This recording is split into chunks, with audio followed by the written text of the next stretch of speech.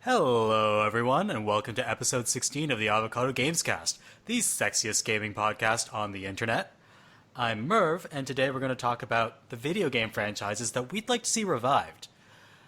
But before we get to that, let's meet the rest of the crew.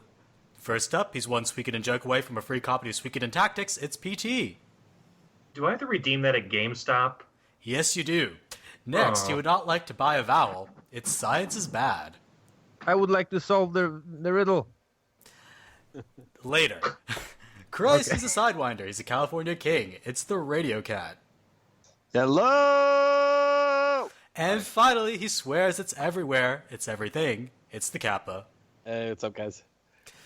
So, how are you guys doing? Good. Yeah, fine. Fantastic. Glad to hear Beautiful. it.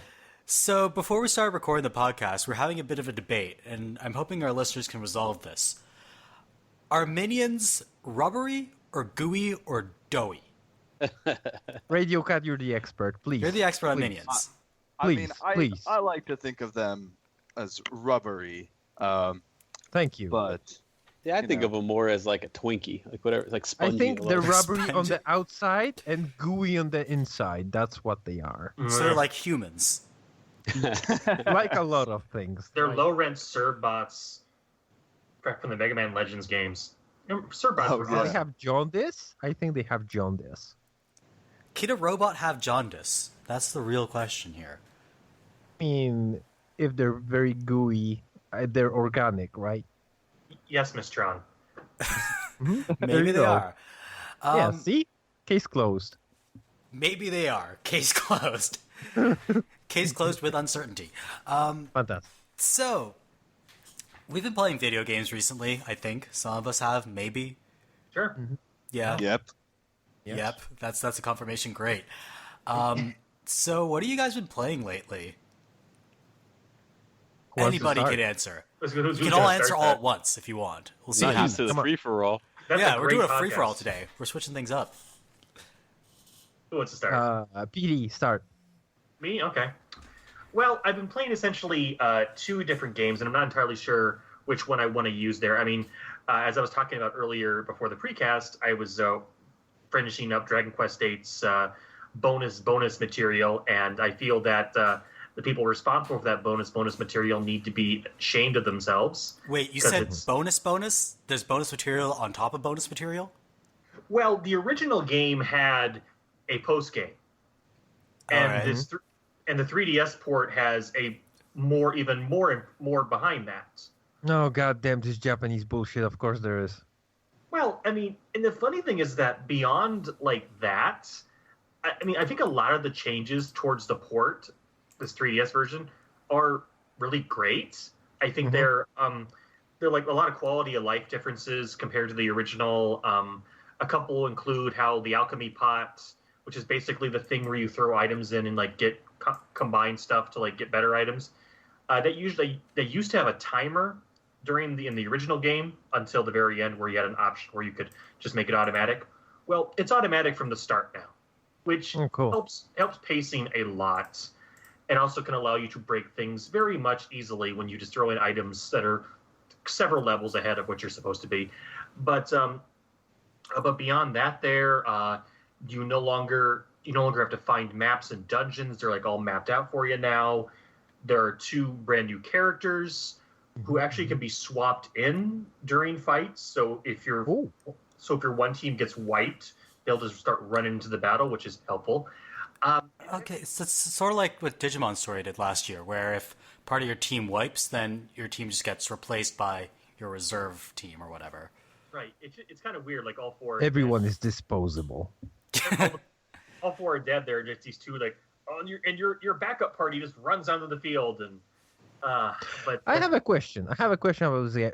Is this a good entry to the series? I would say it's a hell of a lot better than 7 was when it comes to an entry to the series. I mean, 7 is glacially paced, No.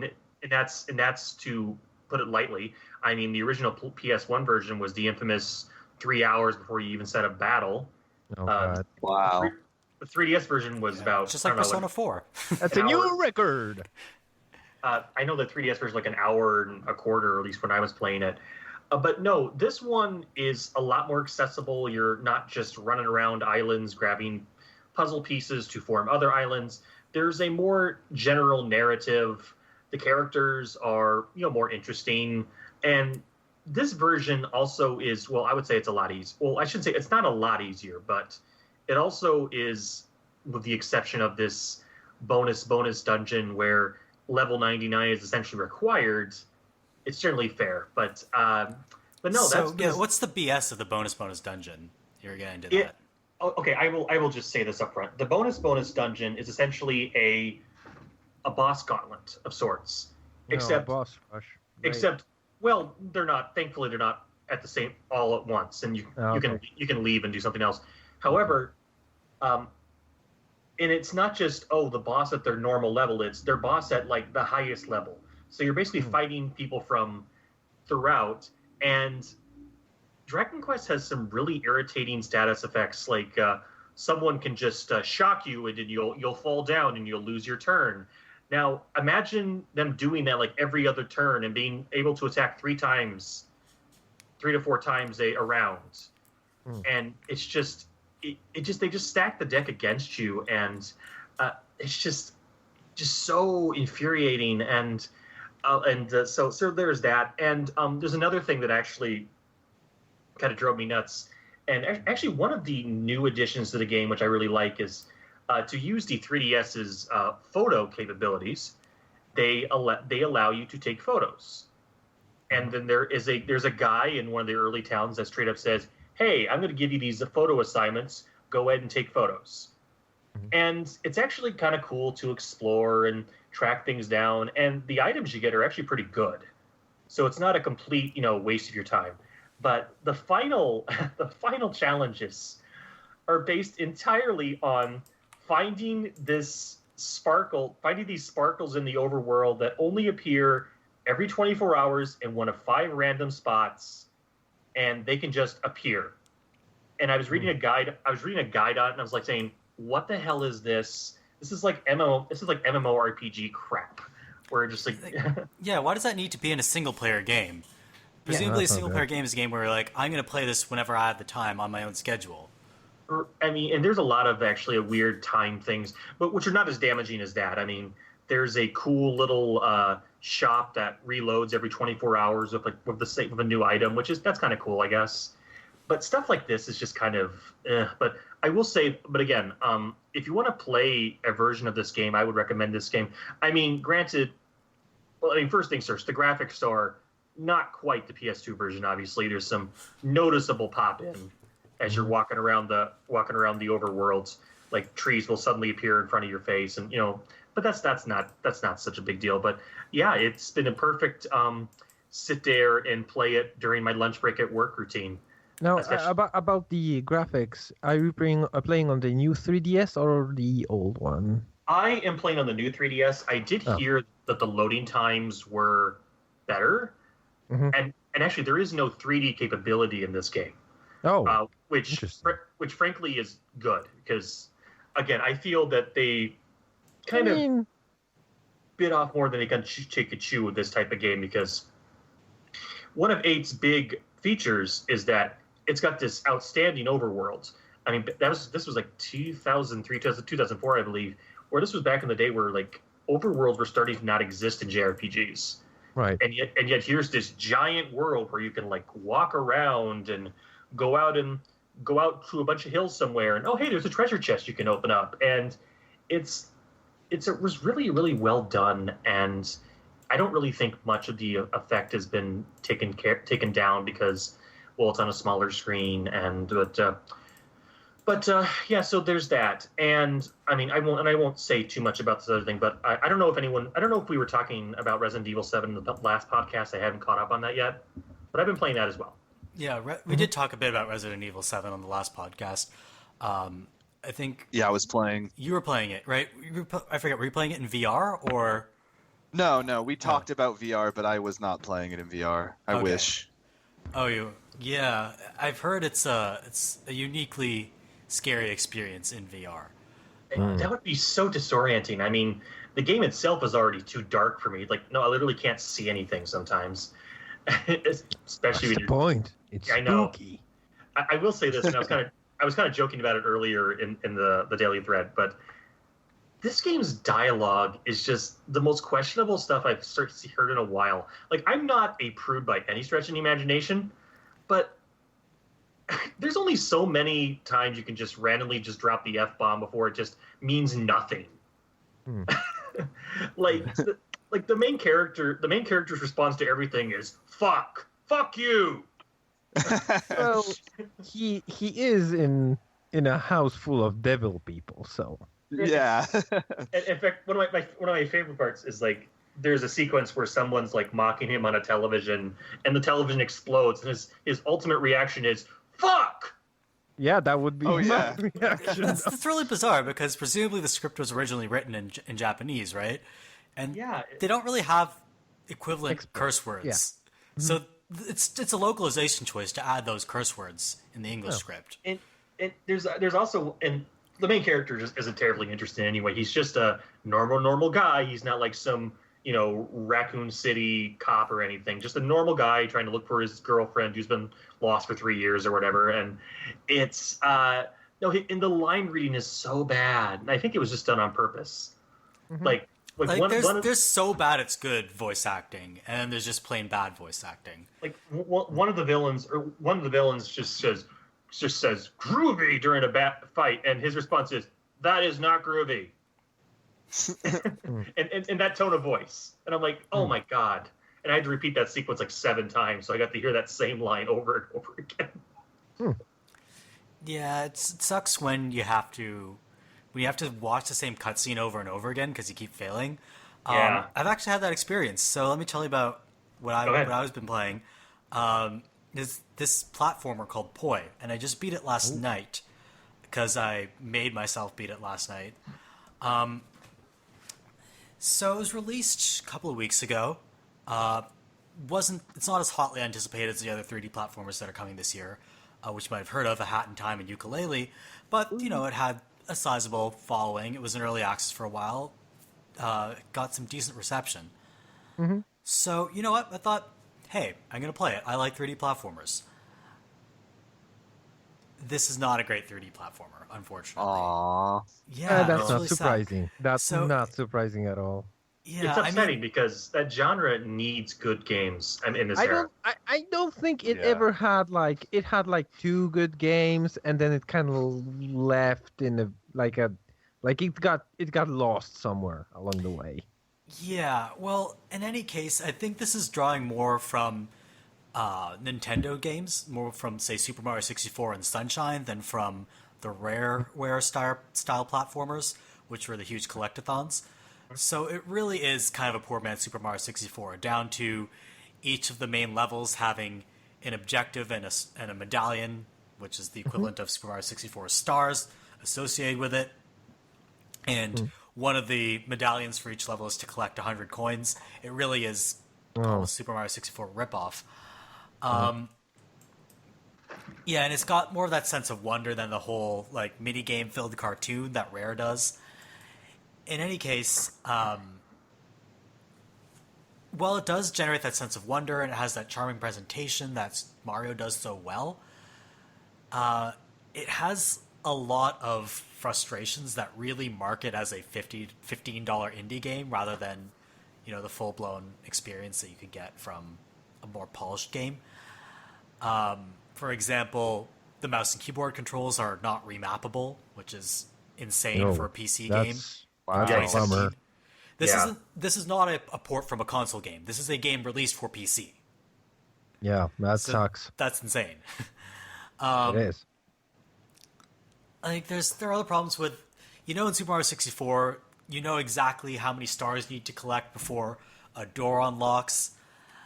In this game, there's less of that sense of progression because stuff just appears randomly as you progress through the game. It doesn't have that sense of progression. But by far, I think the 2 most frustrating things about this game are that the camera has just a mind of its own. So sometimes it'll swing around in the middle of a jump, and if you're double jumping, that's terrible because it changes the direction of your jump. That's probably the worst thing about some of the like even the best platformers had this issue. Yeah, I mean, Yeah. it's a little bit frustrating because there are games like Uncharted that do so much with their camera and do it so well that to play a game that does nothing with its camera other than frustrate you is just so disconcerting. It's like playing Dark Souls. Oh snap, Dark Souls. Oh, we're gonna get a few I angry do love comments Dark about Souls, that, I'm but- sure. I was gonna say, but I do love. you best love Dark Souls. Yeah, I have like 300 hours in Dark Souls, but the camera is shit. Oh right. I will agree with that. Yeah. Yeah. Yeah. So in any case, there's my other major frustration is that the enemies just aren't fun to deal with. So when you play, Super Mario 64, it's fun to stomp on a Goomba or to punch an enemy in the back of the head. Those are fun things you can do. It's always fun to punch someone in the back of the head. I agree with you. Oh yeah, for sure. That's why I go around doing it all the time. You better Yeah. watch out, general public. You better watch out, Lenny. Oh yeah, that's true. That was on The Simpsons. I was a little bit perplexed for a second, and then I realized that happened on that episode of The Okay, Simpsons. so there's no punching in the head in this game. Yeah. Anyway, yeah, there's no punching in the head. What you can do is you can roll into enemies, but you have to time it exactly right. Because if you don't, then you just bounce off them and lose all your health. Oh, yeah. And jumping on them is really hard because they're scurrying around like crazy underneath you. So there's really nothing you can do about it. In any case, yeah, the enemies aren't fun to deal with. It's to the point where some of the boss fights are actually easier than dealing with individual enemies. Except for, and this brings me back to PT's point about having to rewatch the same cutscene over and over again. The last boss fight involves none of the mechanics from the rest of the game. It's essentially like just like an on-rails shooter section, except you're not really on rails. It's like you have a cannon and you're aiming it at targets kind of section. So I'm spoiling the ending of Poi, but I don't care because it's not a great game. Yeah, the cannon moves slower than the targets are supposed to hit. Oh god, that reminds me of the Dead Space asteroid sequence, which I just think is one It's of the worse. It's like the Dead Space. Oh no! I beat the Dead Stop Space asteroid playing. sequence on the first try. It's way worse than that. How did you do that on the first try? With a mouse and God damn keyboard. it. On easy. Oh god. No, this is way worse than the Dead Space asteroid sequence. Okay, fair enough. It's way, way worse. It took me like 20 tries. First I was doing it with my controller, and it was just not, the thumbstick is just not accurate enough to do it.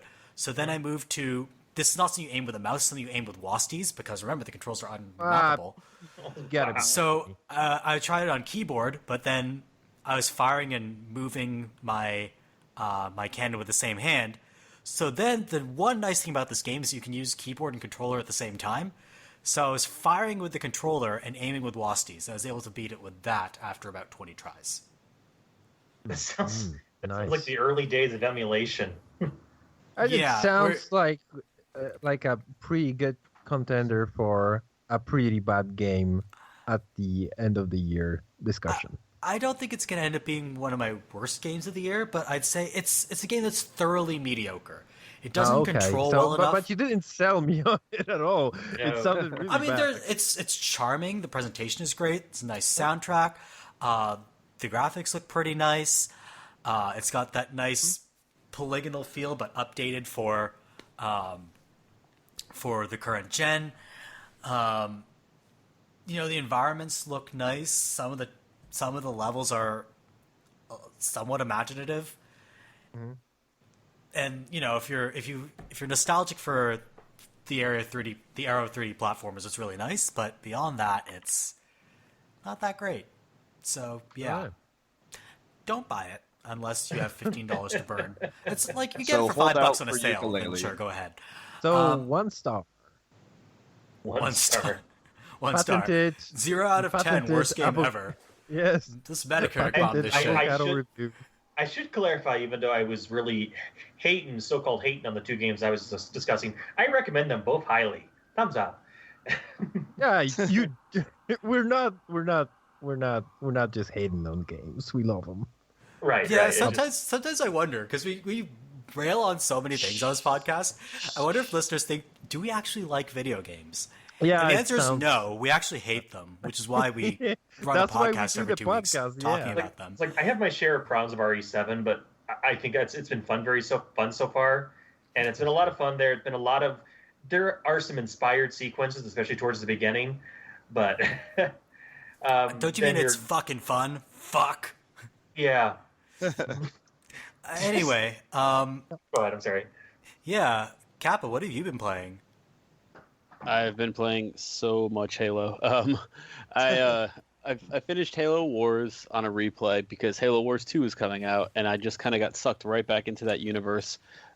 Finished up Halo 1, and I would say pretty quick time. I'm playing on Heroic, just trying to get the skulls and terminals. I'm skipping the skulls on Halo 2 because I don't want to play on Legendary, but about probably 3/4 of the way through 2, actually really looking forward to ODST. It's crazy how much Halo changes from 1 to 2. I think a lot of people kind of forget the huge differences between Halo 1 and 2, and not just playing as the Arbiter, but Halo 1 almost has an open world style feel to it. 2's a lot more linear, much more corridor shootery. Very different game overall. Feels like I'm playing almost a different series sometimes.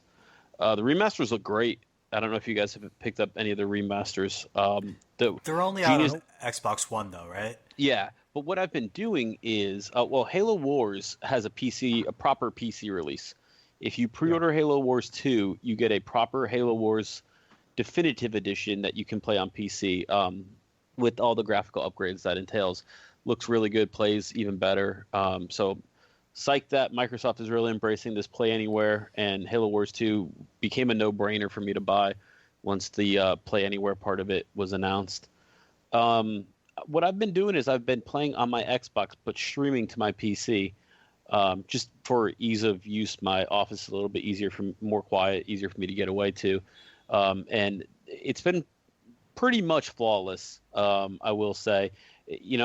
A game like Halo, you can't have too much input lag or you die a lot, especially on Heroic. But no, I've been able to get pretty much through everything, only, cursing weird latency spikes every now and then. But yeah, I mean, Halo, I'm probably going to at least try to get through 3 or maybe I can get through 4 before Halo Wars 2 hits. I'm pretty much knocking out a game every couple days. So they're not super long. They're like 10 hours each. Yeah, about 10, and that's about the right length, I think. I think I'll probably knock it down to normal for ODST and 3. I remember the difficulty spike between normal and heroic being pretty noticeable in those two. With Legendary being absolutely brutal, but it's because they introduced all the co-op to it. The game felt like it was a little more balanced to be co-op through. And then I also kind of want to hit up some of the Spartan Ops on 4. I played a couple of those back when they were getting released every week, but now I'm hoping that they can all be binged through, knock those out. So I'm really in a Halo zone right now, trying to finish at least some of that up before the big releases of March kind of start to roll in on me with Mass Effect, Ghost Recon Wildlands. I can't remember the other game I pre-ordered, but something else I was like, Nier, maybe? No, God, no. You got the wrong one for that. Yeah. I can't remember what it was, but yeah, I just Wildlands and Mass Effect alone, I'm sure are going to suck up so much of my time. Yeah. I'm like, there's a deluge of games coming this spring, and I am not ready for it. Yeah, it's weird to go back to Halo, something like Halo after playing a lot of, multi, AAA releases and all these other new games. Master Chief Collection's a very good looking game, plays very well. You can see why Halo kind of redefined the shooter genre for what it was, because the game just plays beautifully. Gunplay's awesome. Yeah. Very fast. Just a fun game all around. Yeah, for all the complaints I have about the level design in the first Halo, I can't deny it. The gunplay and the basic mechanics of that game are amazing. Yeah, and it seems like 2, they try to fix as much as they could about the criticisms of 1, and they kind of went a little too far in spots. The guns feel a lot weaker. I've noticed the ammo is fewer and far between, so you're swapping through a lot more different styles of weapons. And also the other thing I'm not really liking is that I'm pretty far along in spoilers if you haven't played Halo 2, 12-year-old game. I'm at the part where I finally got the met up with the Grave Mind. And I kind of feel like that's where the story kind of starts to slip away because you're not seeing that Flood versus human versus Covenant interplay that you were seeing a lot through the game. Now it kind of gets a little bit more, I don't know, directed, I guess. But it was always fun to kind of wade into a battle where there's basically 4 sides. Just sprint through the middle of the room, let them all kill each other, and keep on with your objective. But yeah, it's still like in Halo. I don't know how many years it's been since I played the first one, but enjoying it. Yeah, it's weird to think Halo's now, what, almost 17 years old? Yeah. Oh no! Wow. It's almost, I don't know what they're gonna do for the 20th, but as a series, I think it stayed strong. I enjoyed. I haven't played 5. But I enjoyed 4 right up there with the rest of them. I know there's a lot of 343 is not Bungie type stuff going around, but I dare say I liked 4 better than I like Destiny. So I mean, I don't know. I'm optimistic for 5, which I heard is basically the start of a new trilogy. But when I get to it, I'll get to it. Yeah, I'm really hoping that Xbox extends their Play Anywhere initiative to the Halo series, because the series has sort of passed me by since the first one. And I'd really like to get back into it because I do like that sci-fi shooter vibe that's sort of been missing from the shooter genre until Titanfall and Infinite Warfare last year. Yeah, go They ahead. need to make a better port of the first one on PC. I know, like it was like a Gearbox joint, and apparently it was just not very good.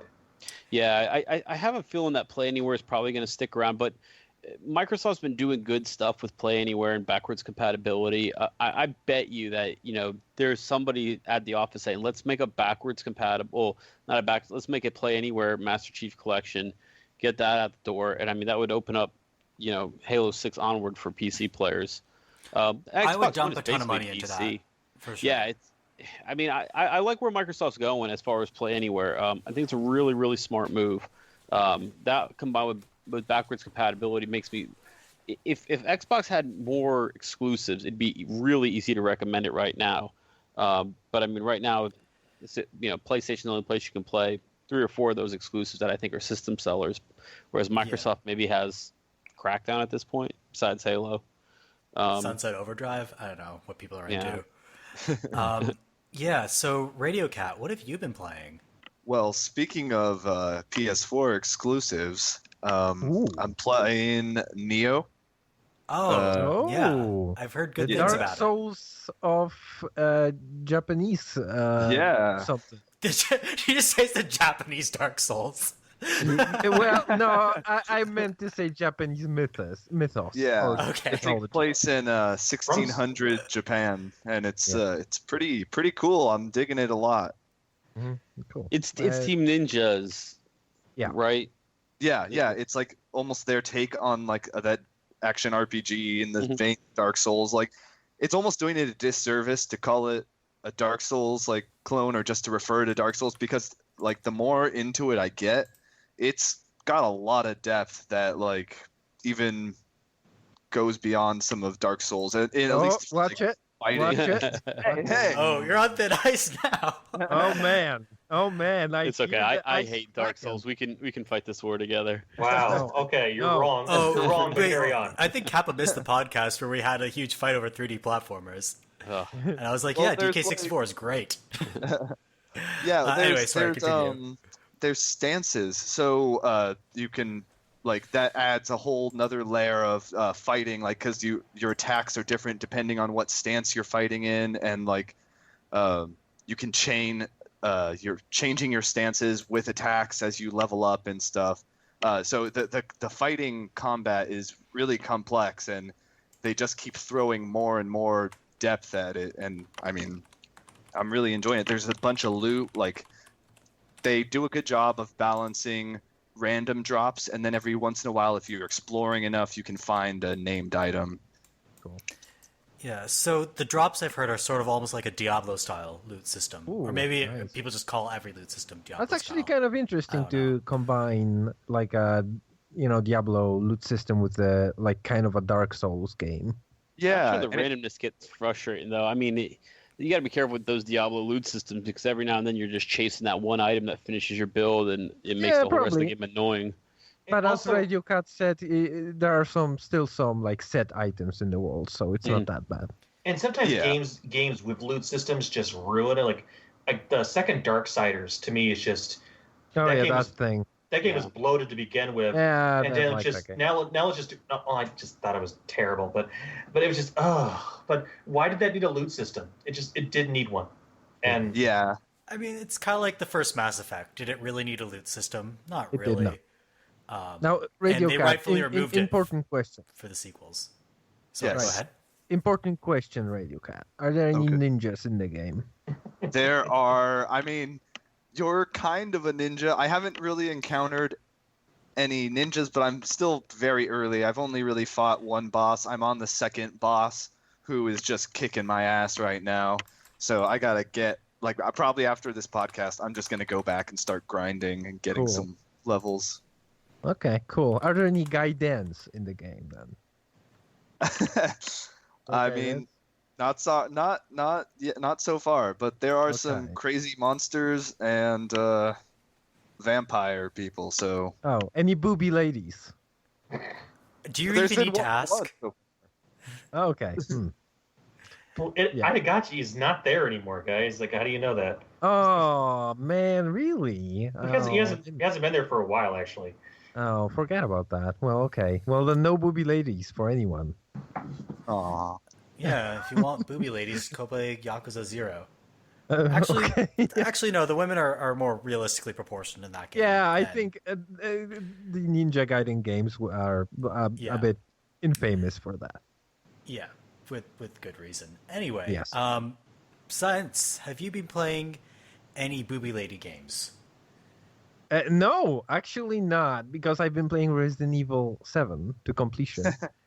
And I freaking love that game, and PT is wrong to dislike anything about that game, because it's perfect. Oh, It's perfect, and it's my oh, favorite. shots I love it. fired.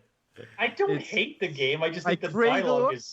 cradle the box in my arms every night to help it fall to sleep. And Do you I cradle love and you're this just like, go to fucking sleep, fuck. Hey, come on now. I like the B-movie aesthetic of the game. I really do, and I think the cursing actually kind of fits well.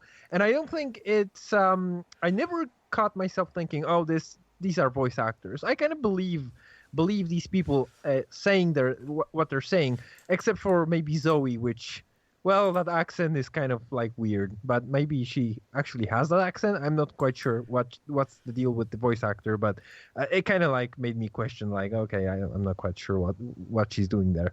But except for that, I really like and this is something I cannot say about any other. I'm a big Resident Evil fan. And I can't say this about any other Resident Evil game in the series. I actually like the story. I actually like the characters. I wanted to know what happens to the characters. I wanted to know how the story ends. Even though it's not like a crazy surprising story. It has it's kind of cliched, right? It's like Yeah. Texas Chainsaw Massacre kind of thing, people under the stairs kind of thing. So it's not breaking any walls. It's not like redefining the horror genre with its story. No, it has its tropes, but I liked everything that I saw in that game, and the fact that it wasn't directly like very heavily connected to the Resident Evil mythos, which is super dumb at this point. Well, Like still, it's- yes. Like it's bloated and just crazy. Like you fought a guy in a volcano, and How then did the zombies end up in a volcano? I don't know. And how did Chris punch that boulder? I don't know how he did that. But he did that. Look Wesker at his just- muscles, man. Wesker just got ridiculous towards the end. I mean, in 5, he Yeah. was like throwing missiles at you. Yes, and you were throwing missiles back at him. It was crazy game of hot potato, and I don't even know what that. That's that what happens series- when a series abandons its survival horror roots and goes full action. Yeah.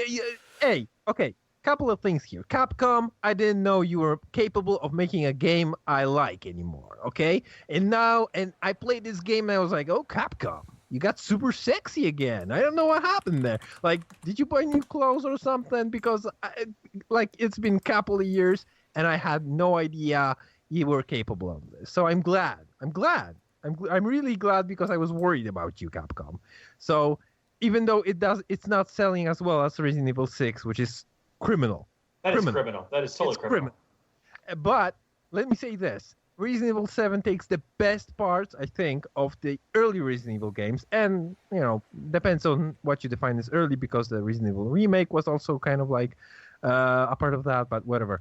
It takes those concepts of exploring the mansion, of key hunting, of inventory management, and it meshes them well, like kind of creates this great mutant, like East something. I don't know. I don't remember all the names of the mutants in the series, but it creates this amazing, like, weird mutant of this old mechanic that still works and is satisfying, with these cool little set pieces and moments, and like a progression system that really works very well. Like, people loved, in comparison, people loved Metal Gear Solid 5. And I think that game is great. But the progression in that game is garbage. It's bloated. It's filled with crud. This game is, like, streamlined, and it, like, works perfectly well, like clockwork. So, man, I like this game. Sorry, I went on a tangent there, but I played through it, and I was really glad that Resident Evil got back on its feet, because I was worried about the series, and I was worried about Capcom. Science, I'm with you. I loved the hell out of it. I thought it was a fantastic game. Yeah. It's been touted as a return to form for the series, for sure. Oh, yeah. Before we move on, Go ahead. sorry. I think you want to say something. I'm thinking, Sorry, I'm coming off like a Debbie Downer here, and I'm not, because I very much enjoyed the game. I just thought I always like to focus on one thing that just cracked me up, and it was kind of the dialogue as a whole there. Yeah. But no, there are some. So the there's- dialogue, to PT's point, a small correction. I believe it actually was originally written in English. The writer was a Westerner. His name is Richard Piercy. So the fucks were in there to begin with. The fucks were in there. Good to know. Yeah, so let's move on to the main topic of discussion for this podcast, which is all about reviving old franchises. So this is something that has been happening quite a bit recently, especially with the advent of crowdfunding. So we've seen a new Psychonauts crowdfunded, a new Wasteland crowdfunded that's reviving an old franchise from the 80s. Yeah. Shenmue 3 is happening now. System Shock, and then some Is it really? non-crowdfunded games. Is it really? Do we want it to happen? Never mind. I've never played Shenmue, so I have no opinions on it. Oh, good for you. Good for you. But in any case, then we've seen other franchises being revived, like System Shock. System Shock 3 is currently in development. A new Quake is in development. We've seen a lot of spiritual successors, like Mighty No. 9, Torment Tides of Numenera, and Planet Coaster and Parkitect, continuing on the legacy of the Roller Coaster Tycoon series, and having some of the old developers of those games on board. So we're seeing a lot of these old franchises revived. And I guess what I want to ask you guys is, what are some old franchises or intellectual properties you guys would like to see revived? PT, I think I already know what your answer is, so let's start with you. Okay, so here's the thing about that. I know you made that joke in the notes, but it's funny because the problem with like wanting to revive a franchise is that what if like the company that makes it is not what they used to be? For example, I mean, Suikoden perhaps, and there's Konami. What the hell's Konami going to do? Is make zombie Metal Gear games all of a sudden, which no one wants to play? Or another example would be, boy, it'd be great if we had a third Chrono game, or from Square. But do we really want that game now?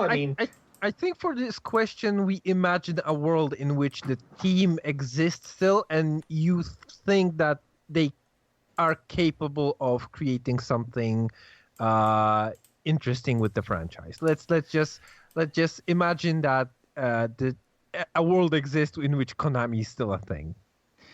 Well, sure, because I mean, I think those games were just very, very small little, just pieces of game. I guess it's hard to explain, but I think some of the appeal of the series, the Suikoden games, is that they're not like world affairs. Basically, they're just essentially like held. They're essentially like held together in like 2 or 3 kingdoms at most.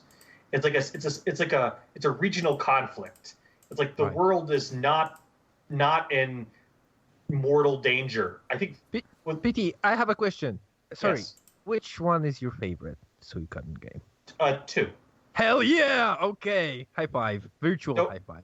So 5 was a pretty good, decent return to form too. I've never played 4 or Tactics. I don't know if I want to. 2 is the best though. Man, Right. 2 is the best though. Though playing 1, I do have to say this to Merve. 1 kind of joins in with 2, so you should really play both.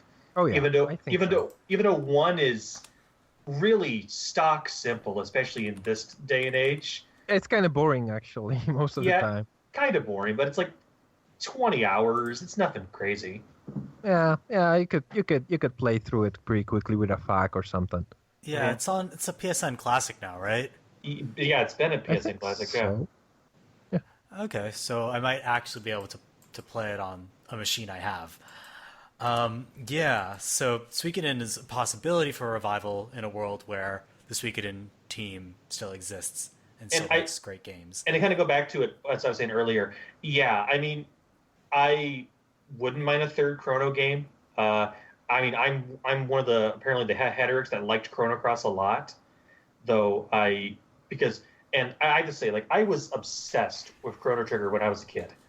So the fact that Chrono Cross actually sort of impressed me, Oh Jesus, yeah, it was kind of like, yeah, that game is crazy nuts. That game is like, oh, you're off your meds nuts. Like it's the story in that game is just like Chrono Trigger is very simple and collected, and Chrono Cross it looks like it's like Gary Busey before the accident and after the accident. oh man, that's strange. Chrono Cross does have the Lucky Dan, the voodoo doll that came to life as a playable character. Mm-hmm. Yeah, it's stupid. It's just plain stupid. Yeah, I mean, stupid can be good. I mean, but it's bad stupid for most of the time. There are a lot of problems with that game. I mean, for essentially 15 of those characters didn't need to exist.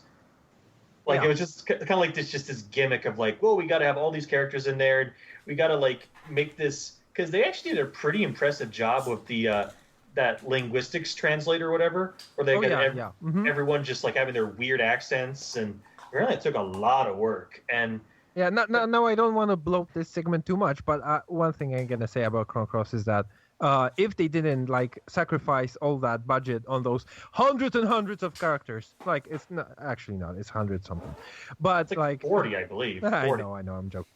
But if they didn't do that, they could have focused more on the main cast, which needed a little bit more focusing on. Like, they didn't do too good of a job there. I really didn't like Kid very much, which was probably a problem. I liked her okay. She went nuts a little bit in the second half of the game, but I liked her. Yeah, so we could get a new Chrono game in an ideal world, although it's been 17 years now. There's no way. It's not going to happen. That was the Summer of Adventure. That was like Square's where they released like a game every month that summer. Mm-hmm. It was like it was Chrono Cross. It was Threads of Fate. Threads of Fate. Something else. Rule. Something else. Then Vagrant Story, I believe, was the last one of the summer. Vagrant Story is also pretty great. Shit, some good games. Yeah, I forgot the second game. No, I think the other game was Saga Frontier 2, I believe. Which, yikes. But no, 3 out of 4 ain't so bad. Yeah. But anyhow, sounds like a great lineup. Are there any other franchises you want to revive, PT? Oh gosh. The problem is that some of the franchises that have kind of been revived recently have been either really bad or they've been really good. For example, I like to say this pretty much every podcast now, but God, the Doom remake was really good. Oh yeah, Doom. Yes. Beautiful game. Beautiful game. Reboot, you mean, not remake, right? Reboot, yeah. Yeah. But oh gosh, soft reboot. I guess I was thinking about that. I was kind of thinking about this question. I'm thinking, I really don't have anything that just jumps out at me. I mean, essentially, there's I'm happy when like a new franchise is good these days, and we don't. I don't know. Game revivals, I guess, don't bother me as much as say movie remakes. But all the same, like nothing's like just jumping at me saying, "Boy, this needs to be remade." I guess I don't know. Yeah, that's fair, especially in an era where there are new intellectual properties coming out, and we're going to see a couple this year. So, I'm excited for a couple of those. So, Kappa, are there any franchises you want to see revived that haven't been? Oh man, I have a featured in while? ton. I have a Okay, ton. great. All right, let's hear them. All right, first one. This is going to be not necessarily the franchise, but the game in the franchise. I want to see another Warcraft RTS like no other. Sure. I know the story has moved on because of the MMO. I don't know what you got to do. Just have one of Yeah. those There are dragons. pandas now, apparently. Have some it's- dragon magic the yeah. world back to right when Arthas was killed, and give me Warcraft RTS. Yeah, remember that Arthas story? That was pretty good. Yeah, and then they ruined it by putting in the MMO. There's this really lame. And then they fucked it up. Yeah. Man, that's typical Blizzard. Yeah. Come So on. I would love. I don't know if you guys have played any of the StarCraft 2, but Mhm. they've been able to do some really fun stuff with the StarCraft 2 campaign. And all I can help sit there is think is, man, I would love to see this exact treatment in Warcraft. And I don't care if you gotta, magic everything that happened in the MMO backwards in time. Just make it happen. They've got enough of those types of things going on anyway. Yeah, they can do that, no problem. Yeah, they can always just do branching continuity. Or A something wizard from did that. it. A wizard did it. or it's corruption. Corruption is Yeah. clearly. A Someone corrupt betrayed- wizard someone did I it. betrayed played too much somebody. Tales of Mysteria last year. I heard that word so much. No, but that's like the joke in Diablo. It's like, oh, corruption did it, and it's just My other one would be, and this is probably going to get a lot of people angry, I guess, but my favorite thing ever in the Star Wars universe is KOTOR. And I know there's an MMO, but I want a KOTOR 3, a proper KOTOR 3, and I don't care if it has to have some tie into the dumb recent movies. I just want another KOTOR. It's definitely my favorite, I guess, world within Star Wars. So yeah, KOTOR 3 is high on the list. But I guess more than anything, I just want BioWare to kind of branch out and do a couple other things that aren't Mass Effect or Dragon Age right now, because they have a lot of other abilities. Yeah, I'll have something to say about that in a bit, for sure. A oh, couple gee, more. wow. Legacy of Kain. I loved Legacy of Kain. I wasn't as high on the Raziel. What are they? Soul Reavers? Yeah, yeah, sorry. yeah. Wasn't as What high are- on those. What's the right situation on those? I mean, the Silicon Knight situation and Crystal Dynamics and Yeah, both of them are stuck somewhere. Especially Crystal Dynamics. That's what I've heard has been the tricky one. Yeah, that's Chris- a jumbled mess. I Yeah. think it's from what I can tell from Wikipedia, it seems to be with Square Enix, the rights. Well, I think Yeah. it landed in the hands of Danny DeVito, from what I heard. in that holiday box I got from Square Enix, it included the PC ports of Soul Reaver 1 and 2, so they're distributing it. Yeah. Yeah. I mean, the rights are always one of those things when we talk about reboots that are just, it's confusing. Even like layers of legal, teams probably can't figure out exactly where No some one of these lists- games are. No one lives forever. Oh Yeah. yeah, Oh. that being the example of this. Oh, Like yeah. nobody thinks it's worth to fight for those rights to go find them, so they just don't make any more games. It's It's in a fucking filing cabinet somewhere. It's funny because Tragic. like the most random games get remade. I mean, I know a few episodes ago I was talking about like the team that just randomly made a Turok 1 PC port again. Ah, And all they did was essentially they made this engine just to make Turok. Then they said, "Hey, we want to buy the rights." And said, "Okay, sure." And so they made it. Technically, there was a Legacy of Kain release a couple years ago called Nosgoth. Did any of you guys hear about that? nope. That's one of the big problems of Nosgoth. It was a class-based shooter that apparently got Oh, really God. good reviews. Class-based shooter. Yeah, people come said it was on, great, but it had no.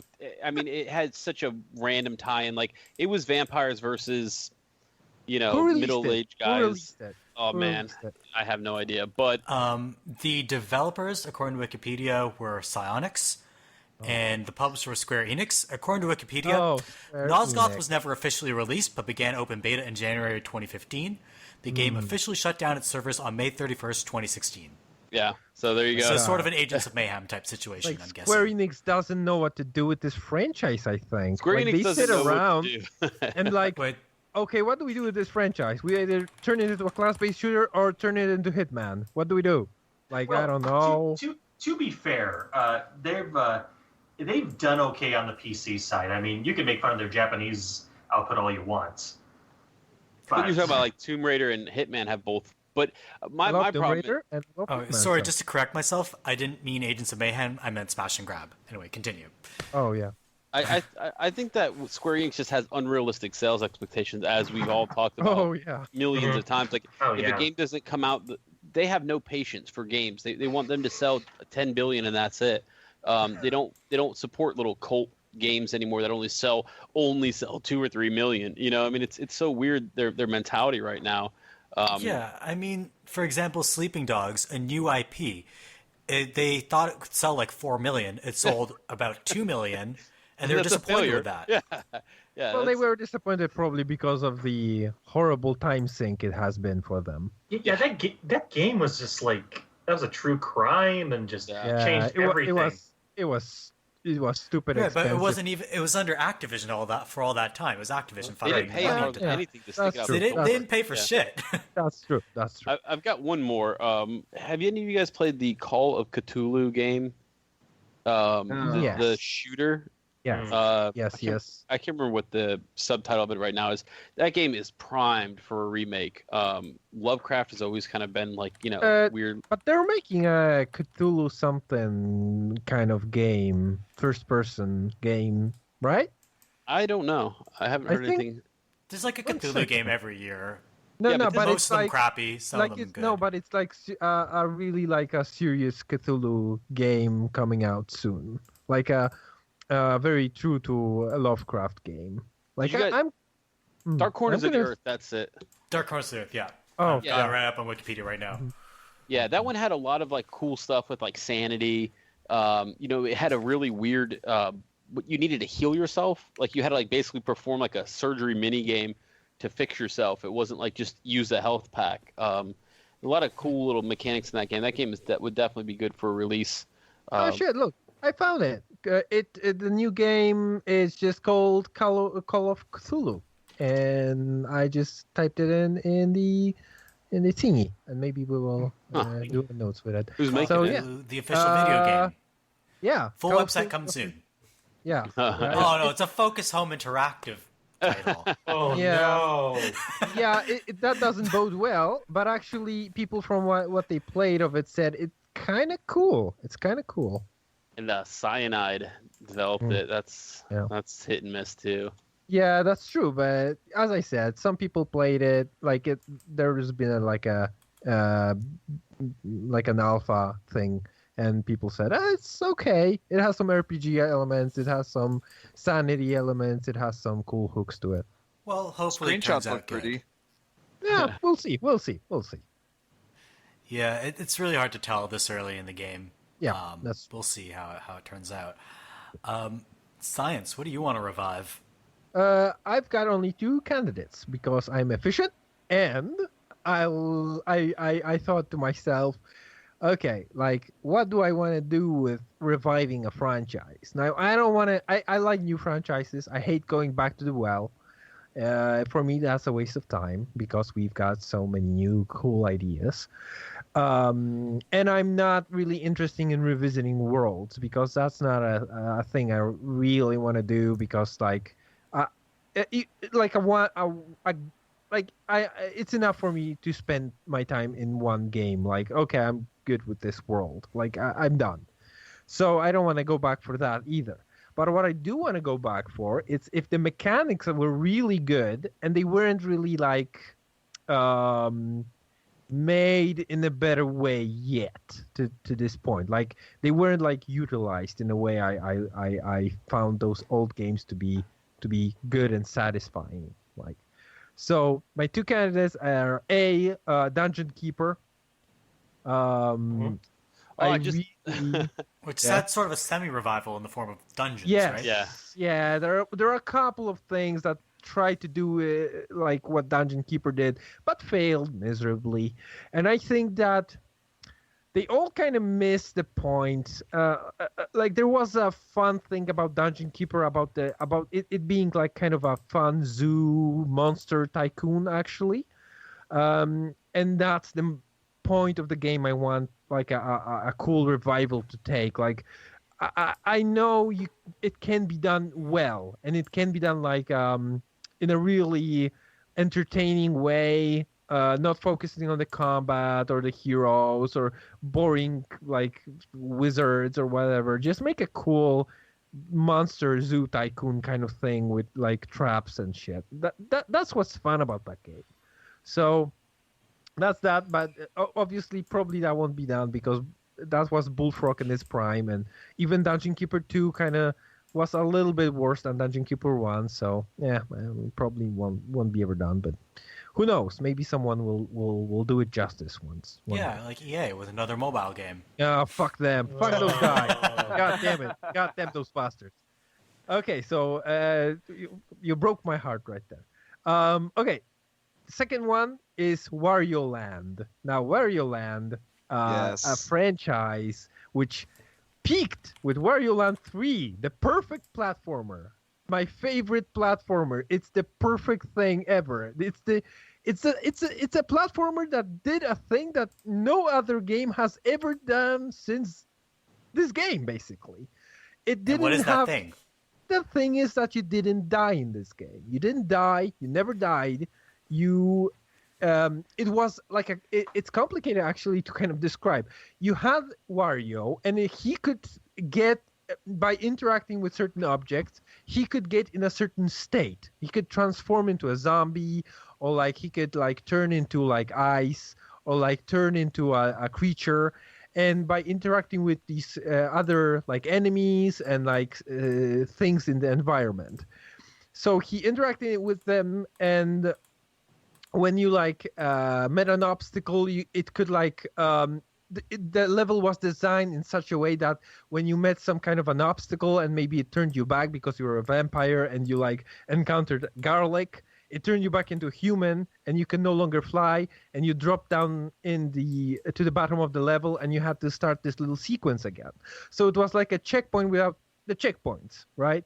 And it had these kind of like fun puzzle elements when you were using the enemies to turn you into something, like using a vampire, transporting him somewhere, using him to turn you into a vampire, and then you could just like skip a puzzle or something.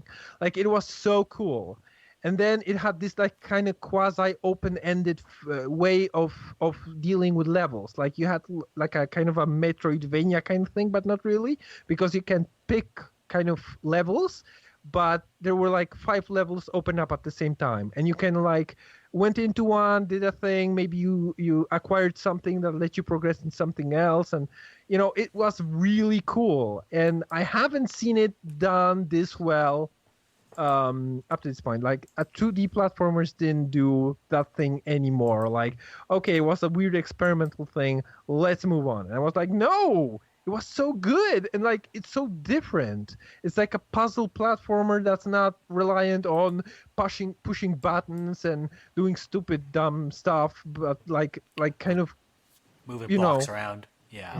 yeah. So I really like them to revisit that idea, but someone Did- really like Nintendo did it. So somebody really, I don't know who could make something like that, because it was designed extremely well, and I don't know anyone who could like do a platformer that well I was anymore. gonna say I haven't played 3. I know that 2 did similar routines. Yes, but it wasn't like as good as 3 got. Like it had a little bit of that. That's why I don't like 2 as much as 3, because 2 had lives, like HP, and did a little bit of that, but it didn't really commit to it. Now 3 went all nuts with it, and it's so good. I recommend everyone playing that game. It's still good. It's still Oh, entertaining. great. Yeah. It's So super yeah. imaginative. Yeah, it's also the ways in you can transform into a yarn ball, you can transform into a balloon. There's some crazy transformations in that game. It's all fun, goofy, funny.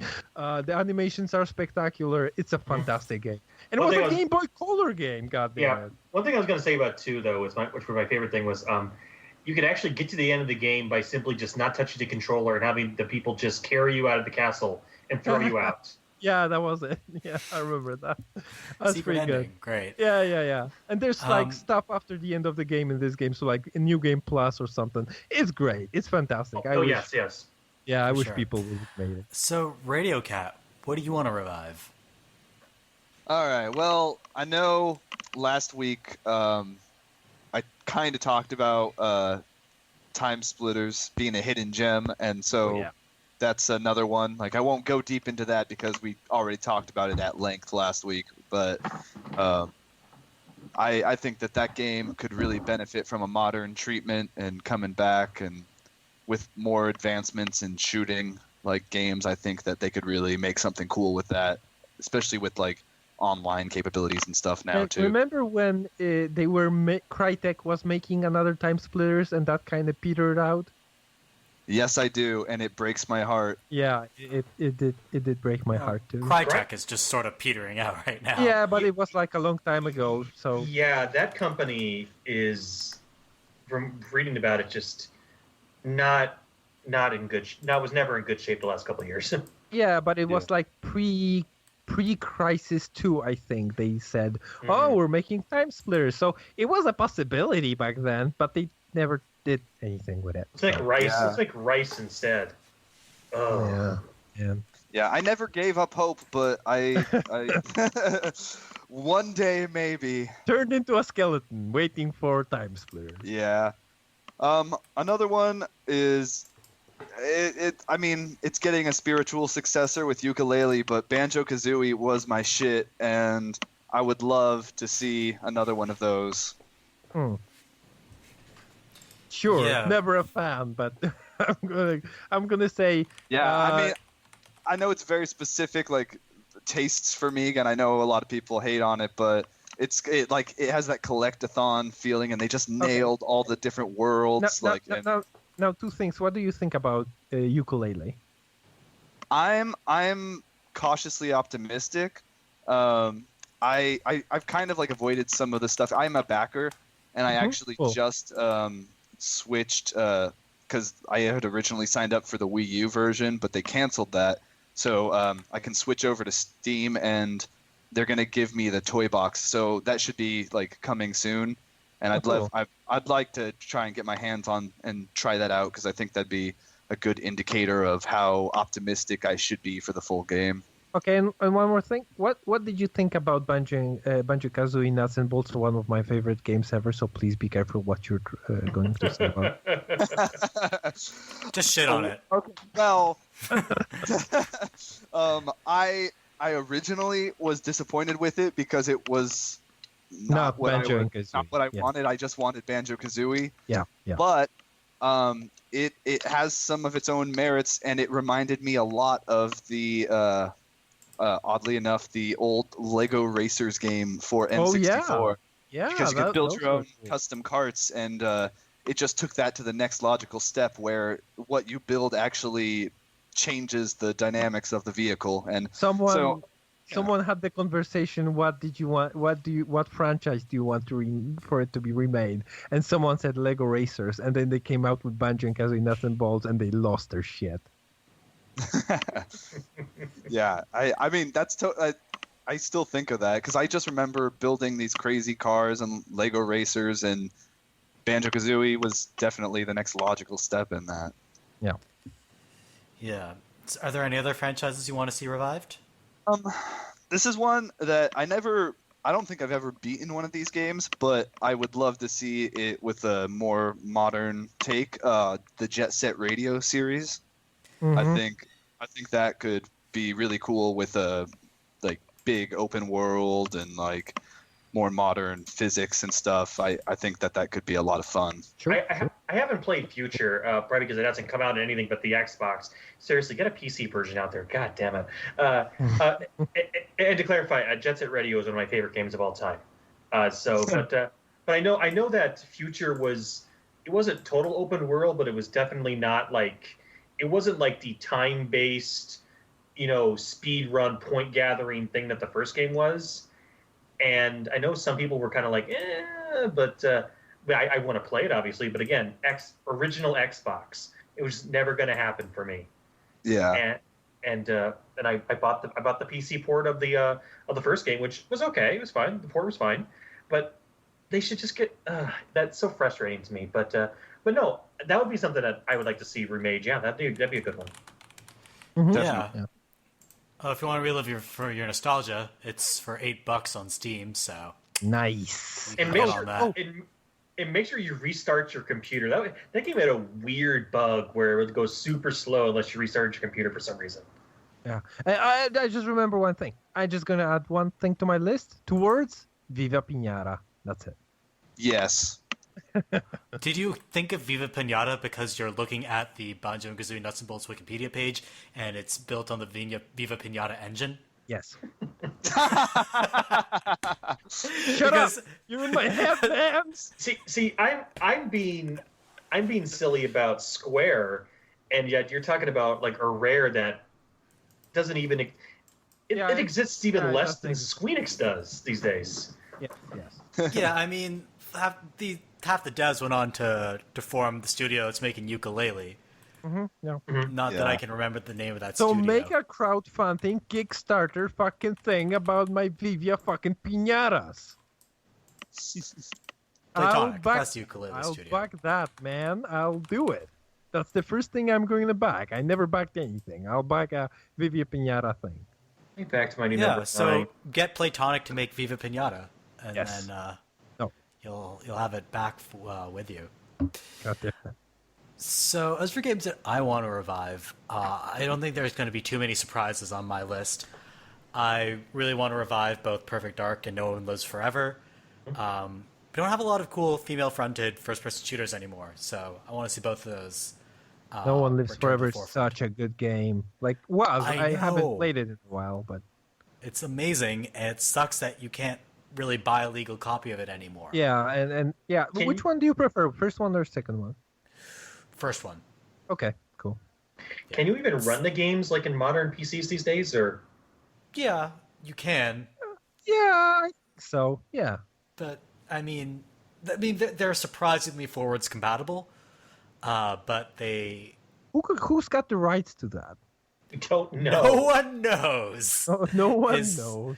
It's the long and the short of it, but basically there are a couple of companies that Danny DeVito could again. potentially have the rights, but nobody.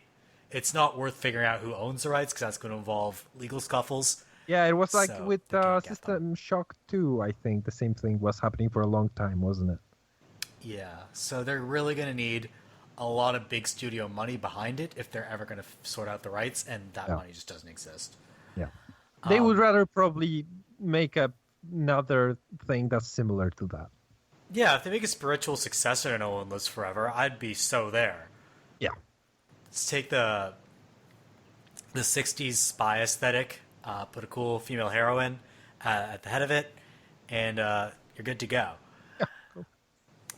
One of the other franchises I want to revive, surprising no one, Commander Keen. Mm-hmm. I miss that style of 2D platformer, which doesn't really exist anymore. Like I mean, that, it's like sort that of- exact style of 2D platforming, because whenever I see the Keen games, I just tell myself, boy, those were just back in the day where, like, I think you're like basically working on keyboards, so the controls were just weird and floaty, and I don't know. I mean, I think it's because I'm so used to them. That's how I trained my platforming brain. Mhm. I'm really attuned to those controls. So maybe they switch up the controls for this. I don't know. Maybe. Remember Dangerous Dave? It was like a little bit like that. Yeah. So I'd like to see that sort of return to style. That sort of 2D platformer. Or like the old 3D Realm stuff before Duke Nukem 3D, Oh man. like Yeah. like Duke Nukem 2, I believe.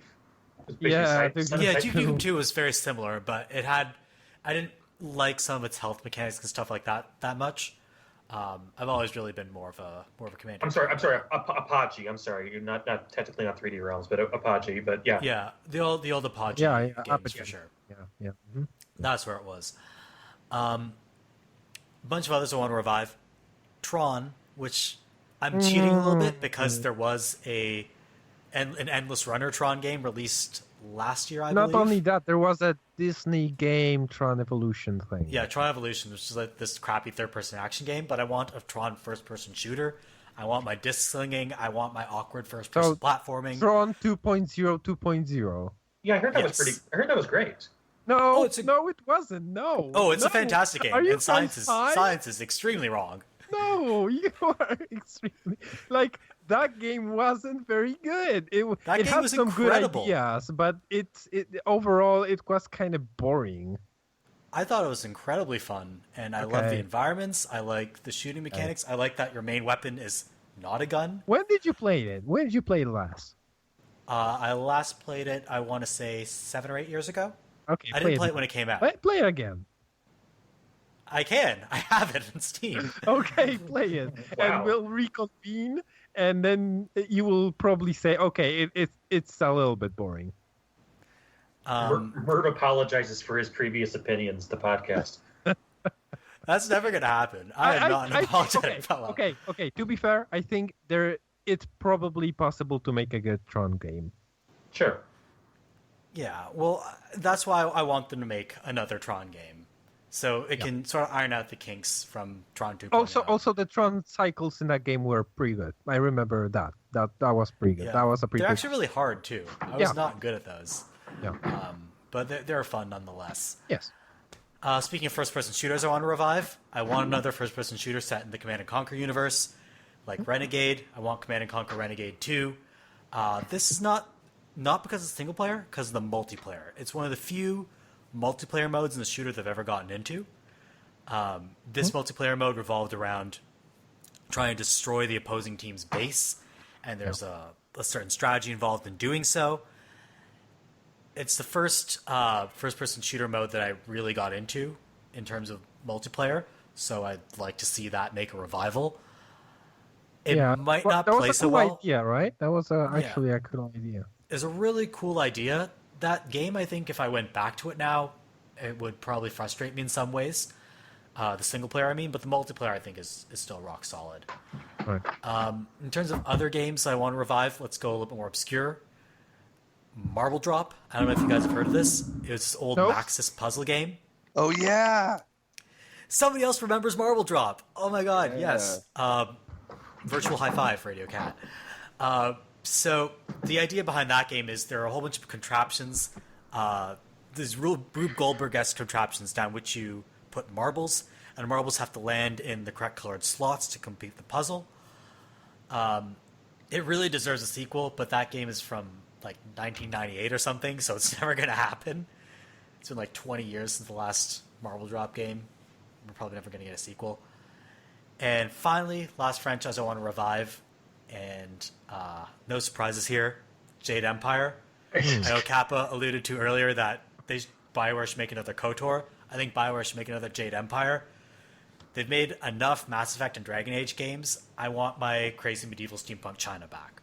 Yeah, So, that was a let's do cool it. setting for that game. Yeah, for sure. And I liked the brawlers oriented mechanics of it. I liked the setting. I liked it had interesting characters. Their approach to morality was a little bit differently shaded than Paragon and Renegade. So I liked the whole open palm closed fist approach. There's a lot to like about that universe, and I really want to revisit it. Yeah. All right, so I think we've discussed a lot about the kinds of franchises we want to revive. What characteristics of franchise do you think makes it ripe for revival? Nostalgia. Nostalgia. Yes. Do you think nostalgia is like the biggest factor? Or do you think there are other factors as well? I think if a company wants to make a game that has similar gameplay mechanics or something, or similar world or ideas, they just remake the freaking game. I mean, not remake. Sorry, they make a spiritual successor and call it that. There's no need on spending money on something on a franchise name if you only want to use mechanics or gameplay ideas or whatever. Now, what's good in I mean, it's spending worked money? out pretty well for, say, Far Cry, which has it's the different entries in the series have no connection to each other other That's than true. mechanics. That's true, but I think that most of the time the only thing that works is like, does the audience recognize and like the name Far Cry or Jade Empire or anything else, right? Because that's what you do, right? That's the only reason why you would like as a business model, right? I'm not Yeah, talking about like like I'm talking about artistically. yes, artistic merit or something. I'm talking like a couple of suits come into a room and they ask, okay, which franchises are very well known, liked, and we can like make money off of. And then I think it's even more superficial than mechanics. I think they're looking at the general trappings of the game. yeah, Right? So they're not going to take the mechanics of Jade Empire and make a game in Africa. yeah, general trappings. That's true. Yeah. Yeah. And that there's some merit to that approach, in that people do become attached to at least the aesthetics of a setting, if not the lore that comes with it. Yeah, and people go crazy for old stuff. Like Hollywood, like Like made that fucking point Star over Wars. and over again. Yeah. So Something I'd want to be careful about concerning nostalgia, though, is when people get very ironic about it. For example, my first response for the nostalgia argument is, remember that meme a couple of years back where people would tell you, go ahead and call your GameStop and pre-order Battletoads. Oh yeah.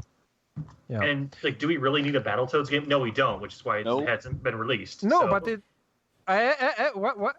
They did release a couple of characters for that fighting game. The Killer Xbox, Instinct? Killer Instinct, and people were, oh yeah, Battletoads are back. So actually, some people are crazy enough to like that thing. I know that the Shovel Knight Xbox 360 version, or was it one? Anyway, the Xbox version had the Battletoads as like not playable characters, but I think you fought them or something. Yeah, something like that. And remember when the Sony guy on the press conference had a T-shirt of Crash Bandicoot and people lost their freaking mind that Crash Bandicoot is going to get back, and I'm like, guys, that wasn't a very great game. Like, yeah, it was okay, but compared to like other like platformers that you can make, like you were running at the camera for like 90% of that game. That's not Yeah. it's not something you want to remake. I mean, The first Crash is actually a technological marvel in a way. Yes, technological. Yes. Because they like just for an early PlayStation game, they just hacked the heck out of that. Yes. It looks very impressive considering it was a launch. And three is not terrible. 2's okay, but Was it a launch title? Was it Crash 1? Was it a launch title? I think so. No. Or maybe know. okay, maybe it came very close. Yeah, either way, it was very impressive. At released the in September 1996. time. Ooh, very the- cool. Very The cool. PlayStation itself was released in a year earlier. in North Okay, so America. so they had a year. Speaking Okay. of bring back Jumping Flash, Oh god, oh god. Why? What for? because I want more weird Japanese games with jumping mechanics like that.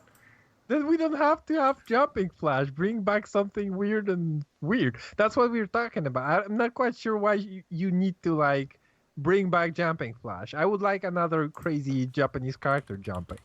Ape like- Escape. Oh yeah, bring something back like Ape Escape. But you know what I like about Ape Escape is that it's crazy and had cool, interesting new mechanics. If you could like make a game that's new and has cool, interesting mechanics and it's Japanese crazy, like catching monkeys, you wouldn't like. Yeah, there's no there's only one franchise about catching monkeys. So, like I like that. I don't like making, thing over and over again. And people would buy it because people remember shit, but for like art's sake and for like design's sake and for like video game's sake, I think it would be better to just leave that one like sleeping. Like, okay, Ape Escape, you had your 3 games. That's a good So ape. you think that's a franchise that shouldn't be revived? Yeah, I think that there's a limit. And Ape Escape with 3 games, it reached its limit. Right. It's Yeah, there's nowhere else to take that concept, is what you're saying. I mean, I think you could like make an entire argument about games that shouldn't be revived. It's like, isn't boy? I totally forgot their name. I totally Borderlands Borderlands people. Gearbox. Did Gearbox? Aren't they still making another Duke Nukem? Is that still happening? Are Maybe. they? God damn it, Duke Nukem. That shit should so- die. We Like, can. can we not have another Duke Nukem? Like, can we I just- see no reason to make another Duke Nukem. There's absolutely no reason to make it. I have no idea why would anyone make that game. Except for nostalgia's sake. They are still agree. planning to reboot it with a game called Duke Begins, Ugh. Oh no! but they haven't spoken about it in years. I'm sorry, But I'm so it's not been vomiting officially now. canceled. I finished Forever. God damn it! I did not. Ew. No. You sadomasochist. It was a fascinating look into 3 generations of terrible game design. It was bad. It was not good. Like the core thing about Duke Nukem is that you have like a guy that is quippy and likes movies, I guess, and likes quips that are kind of like these movies, but not really, and uses cool guns to kill aliens. And babes, and has babes in it. Like you can, like, babes are no longer good. Like you leave out like weird naked half alien babes from this picture. No, thank you. Second thing, quips from movies that are not really quips from movies. That's lame and outdated. Don't do that. You have only one thing that works in Duke Nukem, and those are cool, interesting guns. Make any other game with that, and we'll be golden. That's. See, the only way I think they could make a Duke Nukem work is if maybe they went more the route of, like, to bring it Pastiche? up again, Doom, where there's like a balance of like, we know this is kind of over the top and like it's kind of winky, but also There fun. was one part in that last Duke Nukem, whatever its name was, I don't even remember. Forever. Yeah, Forever. I don't. No, gone, forgotten. There was one part in that game at the beginning of the game where you walk up to a Marine, and he says, "Oh, I've got armor waiting for you, Duke." And then Duke looks at it, you look at it, and he says, "Armors are for pussies." And the Marine's like, "Oh, okay, I guess. I'm not quite sure. Okay, well, whatever. Okay, go on." Like, I want everyone to react to what Duke says with like puzzles, Just like pure sentences, confusion, and like, oh, this old man is like trying to be cool, I guess. I don't. Yeah. I want everyone to treat Duke like an asshole because he deserves that. yes, And see, I want would the play that world- game. I would want play the that. world to shit on Duke, but like treat him in a way that, okay, I guess he's good at fighting aliens, so we have to tolerate him, but we'll treat him like garbage. That's the game I would like to play. That is true. Yeah, that should be the game. Everyone constantly face. That's a reboot. Yes, that's a reboot. Now that's a reboot. It's like, congratulations, Duke. Now, go away Get the forever. fuck out of here. Fuck you. Go away. Fuck you. Fuck. I want my retirement plan. Get the fuck out of here, Duke. Yeah, they really need to go further down the realm of satire if they want to make it worthwhile. Because right now it's sort of in that awkward realm between parody and satire, and it doesn't do either very well. Yeah, like he says even quips from movies that are not correct, and that's super lame. That was maybe good 20 years ago. Maybe. Even then it was like, okay, I see what you're doing here. haha. Yeah, And now it's like, I don't want to find Duke Nukem cool. yeah, You know what I mean? No.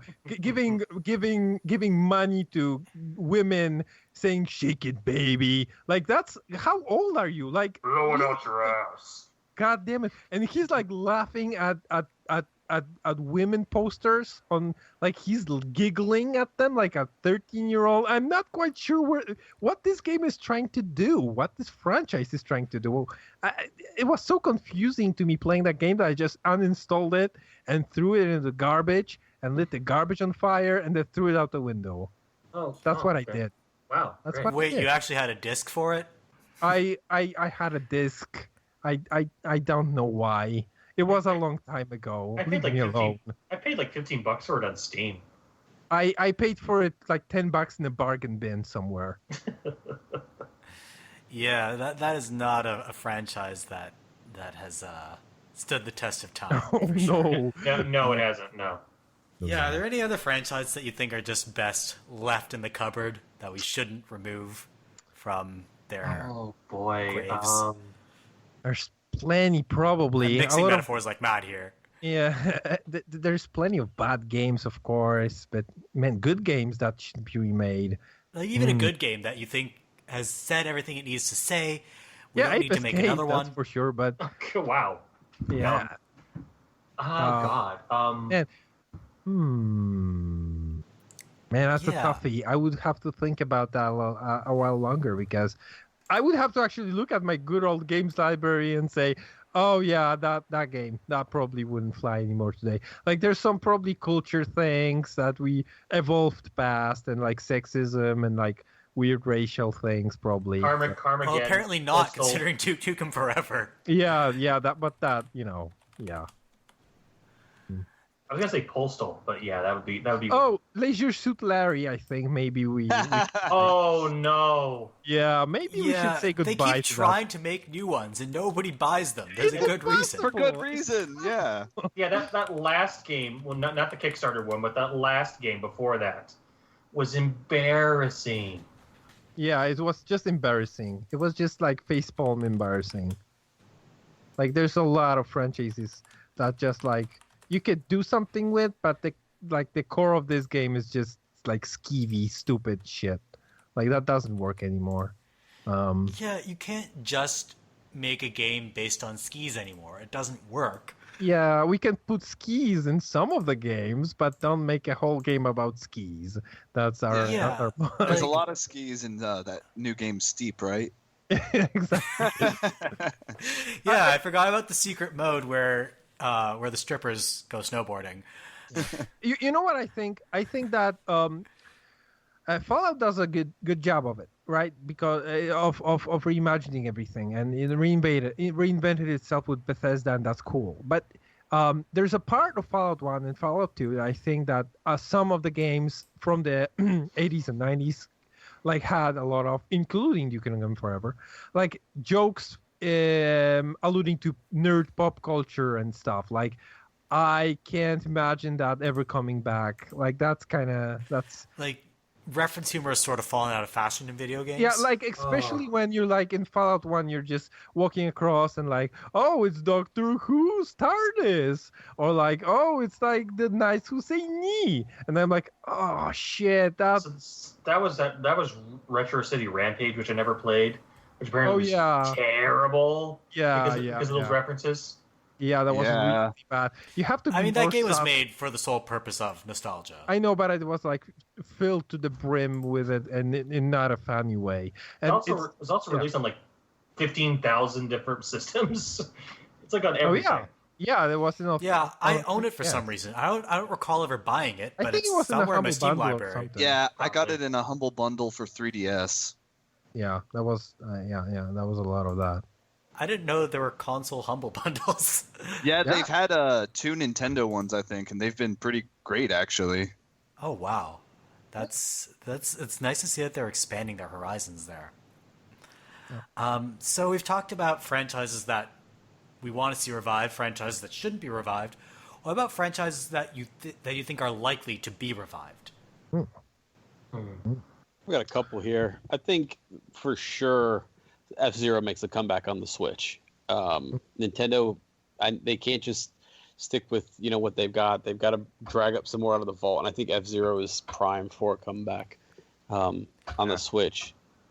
Will they develop it though? Because Like It's been 13 years since the last F-Zero. GX was Sega, I think, wasn't it? I'm not sure. Yeah, I because don't that was that weird era where it's like, oh hey, Star Fox Assault, hey Namco, why don't you make this game? Yeah, where they just pushed anything. GX was Amusement Vision, You're Sega, which is a division of Sega. yeah. Oh. So yeah. I could definitely see an F-Zero working out, or at least any racing game working out on the Switch. Using the tablet as kind of a steering wheel. It does have the whatchamacallits in it, the tilt sensors. Gyroscope. Accelerometers? Yeah, Gyro. Gyroscope? I don't know what things are Gyro called. jigs. I could definitely see SWAT coming back around again eventually. Oh. There really isn't a market, or at least that I've seen, for the tactical shooters like there used to be.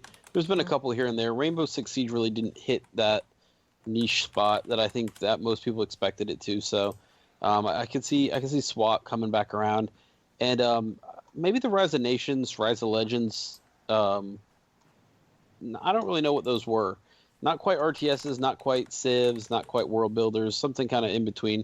I can see that Rise of series kind of making a comeback as well. I'm just not sure if you can sell an RTS in this day and age. I mean, like StarCraft 2 is kind of like the last hurrah in that case.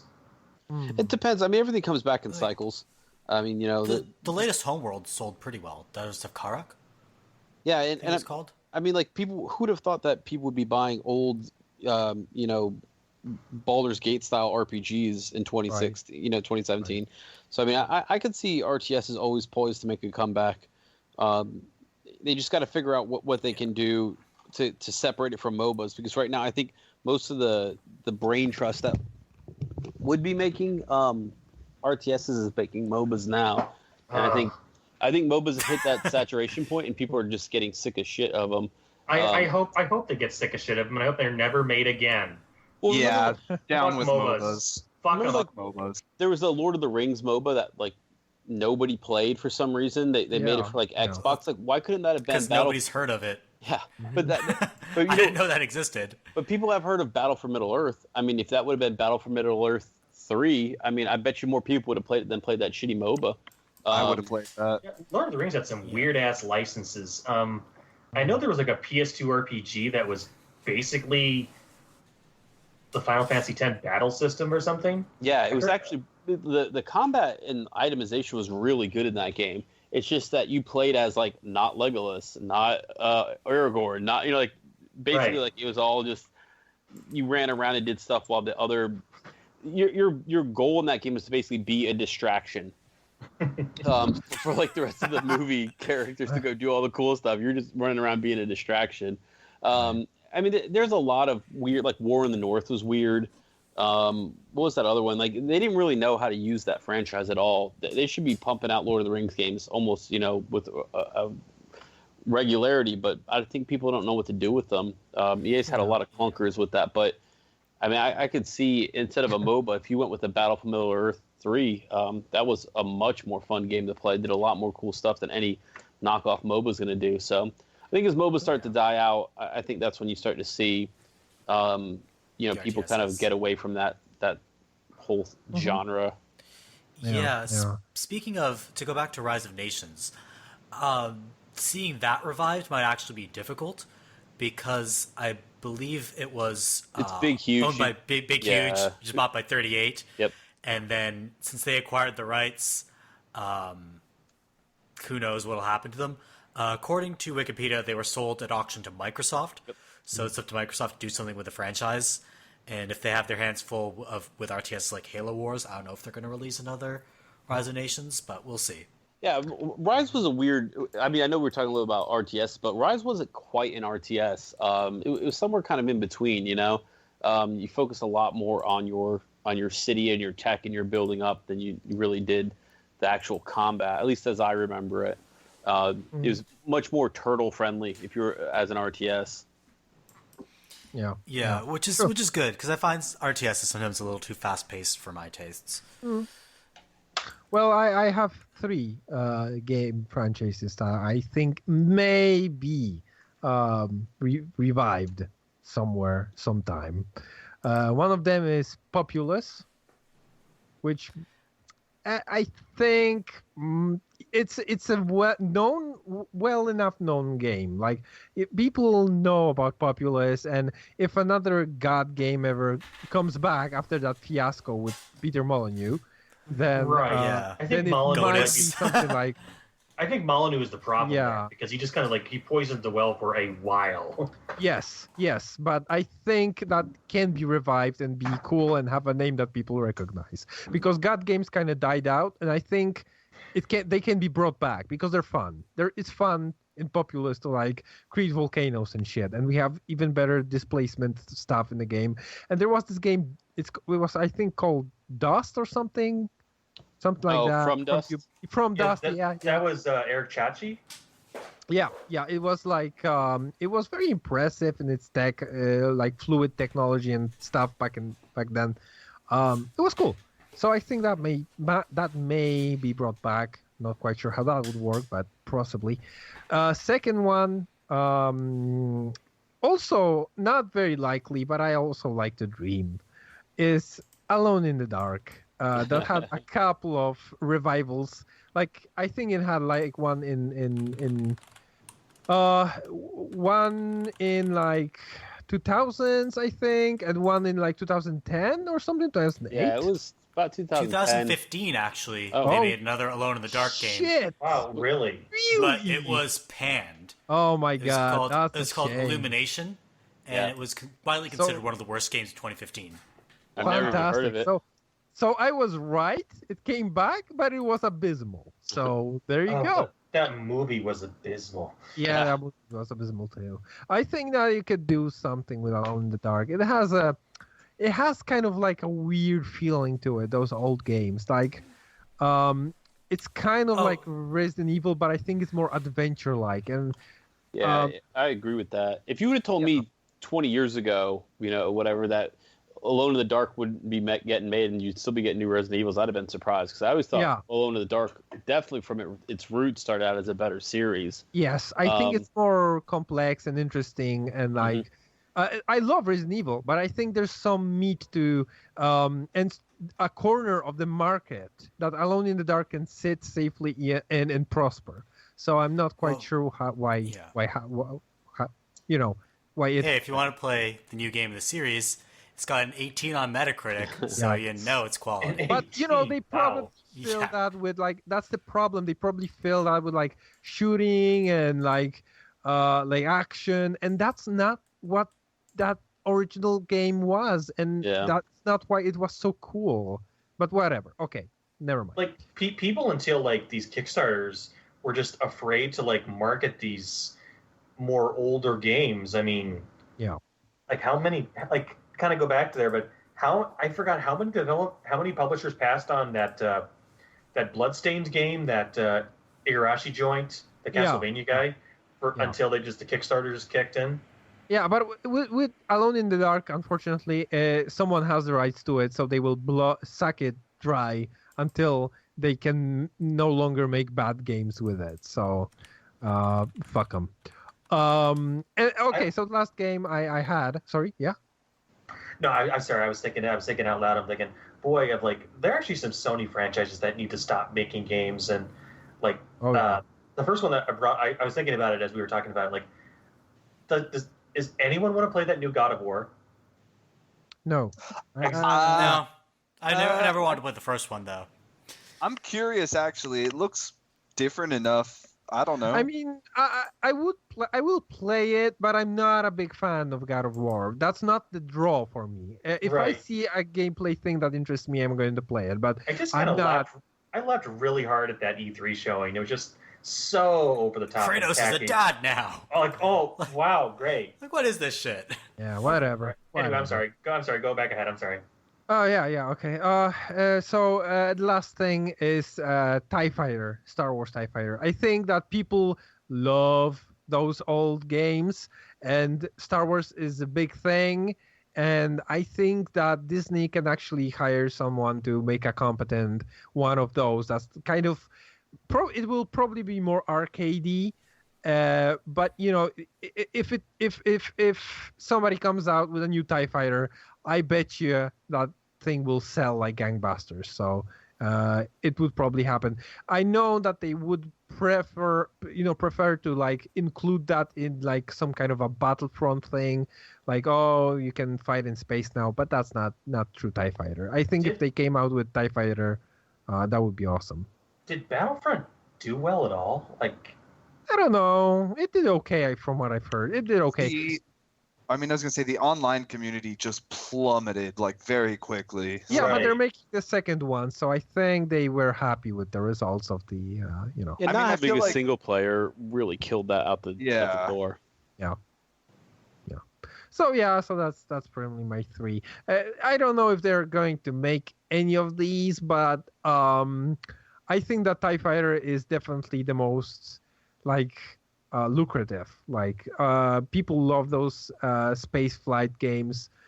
It doesn't have to be as complicated as that because probably everyone has a 360 pad right now, so it's not like they have joysticks. So you have to make it with that in consideration. And what's the last major one? Elite Dangerous? I guess so. Yeah, but that's like all of those are kind of memorish. They don't have missions really. Okay. Yeah, I mean, there are these sort of 6 degree of freedom shooters, like a Void Destroyer recently was released a few years ago. So it's not a completely dead genre, but it's kind of in the indie space now.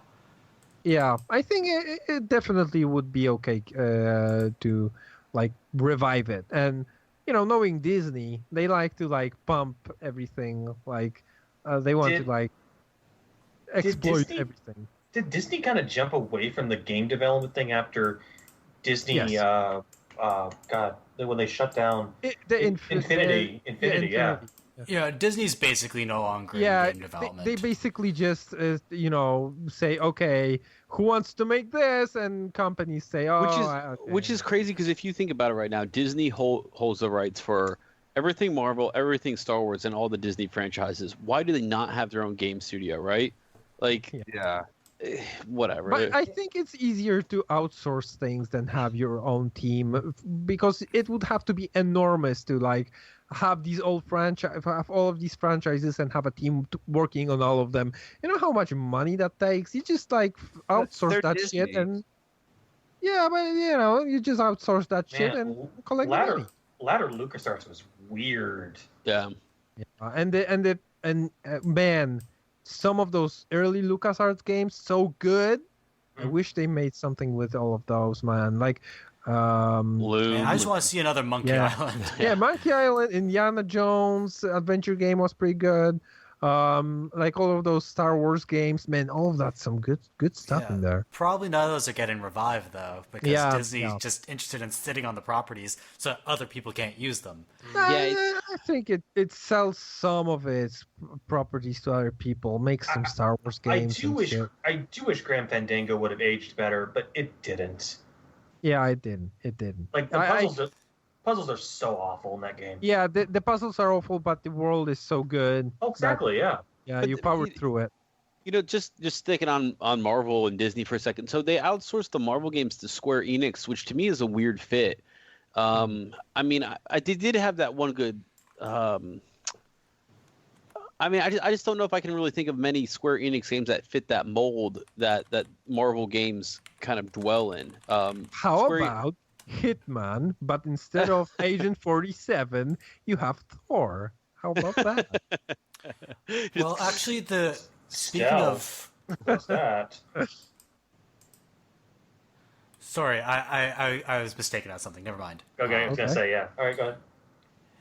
Yeah, in any case, so I was actually going to say that the Spider-Man game was licensed to Insomniac, not Square Enix, but then I realized that Sony has film and video game rights to Spider-Man. Spider-Man, yeah, it's the one little Sony thing. But yeah, I mean, I don't know, because one of the things I really enjoyed was Marvel Ultimate Alliance. You know, talk about a game that could make a comeback.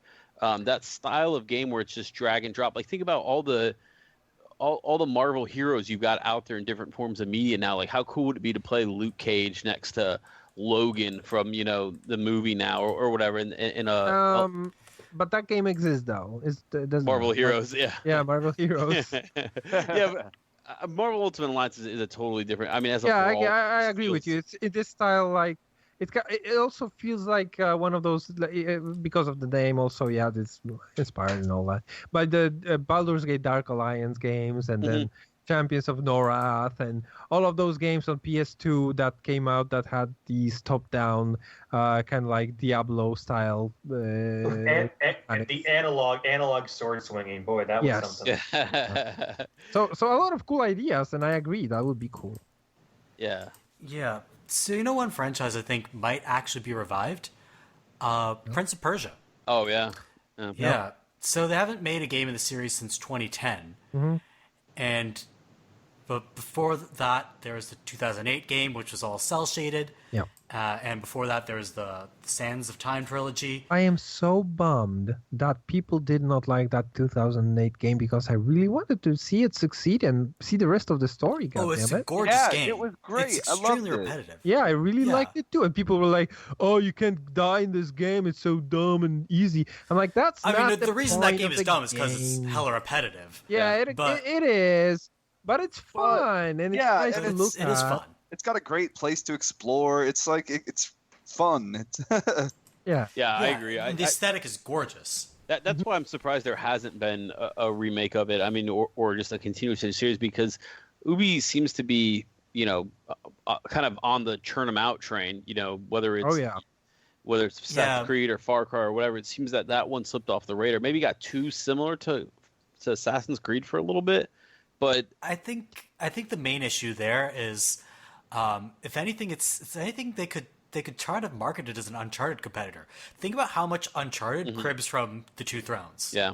oh Yeah. yeah, oh yeah, and the whole of Assassin's Creed just came out of the first Prince of Persia: Sands of Time. So that's why I think they just found a new thing to do with that mechanic, and they said, okay, we're now investing everything we've got in But Assassin's the Creed. platforming mechanics in Prince of Persia are so much more refined I know, than in I know. Assassin's Creed games. Of course, I know. And But I they just like don't to think- make open worlds, So Yeah, Ubisoft is not in the business of making those highly directed single player experiences anymore. They're all about multiplayer games, Yeah, open like world The Division, games. or big open worlds like Yeah. Assassin's Creed, which Watch is a Dogs, shame etc. because they really they really do well with those. They did well with those like focused single player games. I really like those Sense of Time trilogy games. The second one was kind of meh, but Oh, the second one's garbage, but the Yeah. first and third are great. but the first and third one are great. Yeah. So, So are they ever going to get Beyond Good and Evil 2 out? still in development. We can talk about that Officially every week speaking. somehow. Oh man, Somehow. I like that first game so much. Oh. Well, at least we don't say we have to revive it because it actually is in development. But it's going to be like The Last Guardian. It'll take forever to make. It'll come out. It'll have game design ideas from 3 different generations, but it'll be a decent game in the end. Yeah, probably. Yeah. So, are there any other franchises you think are going to be revived soon? Well, Yeah. I You do covered think all- there's got to be something. Rare's got to have a surprise somewhere, right? I mean, at least we got to hope they do. So, I mean, I don't know what Rare would be able to pull out. Viva Piñata. But Keep hoping, man. Keep hoping. it can't be Sea of Thieves, right? Like Rare has to have something else besides Sea of Thieves on their plate, right? I know I don't Rare's know. not Rare anymore, but Yeah, I'm not quite sure how big of a studio it is, actually. It's big enough to make Sea of Thieves. Yeah, but I which don't know if it's looks bigger terrible, than that. I don't know if they have any other plans. If a studio as small as Playtonic can make ukulele, then Rare could certainly make a pretty substantial game. They just don't. They just seem to have lost their magic touch. Yeah, I think so. Yeah. I'd love to be wrong about Sea of Thieves, but that looks like a terrible game. Maybe. That's the I the think they videos lost- where they get YouTubers to mug for the camera and pretend to be super excited about Oh, it don't God. help because we know they're acting. Yeah. It's so obvious. Please pay us money. YouTubers are like the exact opposite way you want to advertise to me. I would say most of my generation. There's just something about it where like I automatically don't trust those people. Of course. Yeah, and here's the thing. I don't at buy their video eyes. games because of YouTubers. Black eyes, right? lifeless I eyes. watch YouTubers because I find them entertaining. They don't make me buy the video games. They play so many video games I would never spend money on, but because they do fun things with them. Yeah. But I'm not going to shell out money on a game just because some YouTuber yelled and hollered and hooped a lot. Oh. Hoop's not a word. Hooted. Hooted. I can't speak English anymore. No, you're fine. Yeah. Yeah, so this has been a pretty interesting discussion about franchises. I think we've come down on the side of maybe we shouldn't revive everything? I don't know. I know what I was going to say. I was going to say I think Rare just died, like its soul just died when it had to make Kinect games that no one was playing. Oh yeah, that shit. Yeah, Yeah. yeah. Were they the ones behind Star Wars Kinect? Yes, they were. Oh, if- God. If anyone could have figured out Kinect, No, it wait, would that have was been Terminal Rare. Reality. Never mind. Never Oh, mind. oh shit. Okay, they did. What did they do? They did something. Connect something. God damn it. They did the Wii Sports ripoff. Oh yeah, that was it. That was it. Yeah. Man. I'm trying to see right now what they made. They made a game called It's Mr. Pants. Oh, God. I'm Mr. Pants. Like, what the fuck are you doing? That game was They made Kinect pants. Sports, yeah. Kinect Sports and Kinect Sports Season 2. Oh. And Kinect Sports Rivals. Bill Gates enters the room. Kinect Sports You game. now make Mr. Pants game, and the rare people are. Can't we make a Blinks game instead? No, Mr. Pants. You make Mr. Blinks. Pants now. Yeah, Bill? so they really have not had they really haven't made anything noteworthy since Banjo-Kazooie. Not counting Killer Instinct as well, I guess would be noteworthy. And they, and, Mr. they, the first Pants season now. of and that. they threw that over to oh boy, Timegate? No, not Timegate. whoever the people that did Dive Kick. No, Iron Galaxy. No. Iron Galaxy. Yeah, Iron Galaxy. Yeah, no, not the Dive Kick people. I was trying to think of the people who did the PC port for Arkham Knight.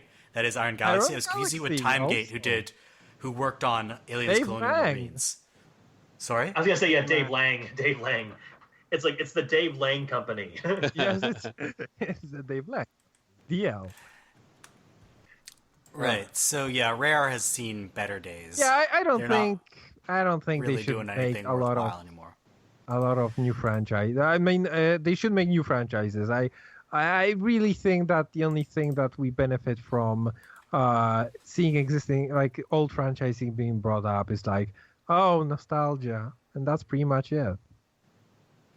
Yeah, I mean, for me, I think it goes a little bit beyond that because there are some settings and bits of lore that I really enjoy from older franchises. But for the most part, yeah, I think nostalgia is fueling quite a bit of it.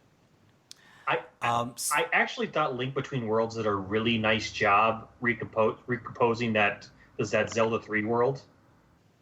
Yes. Yeah, I guess so.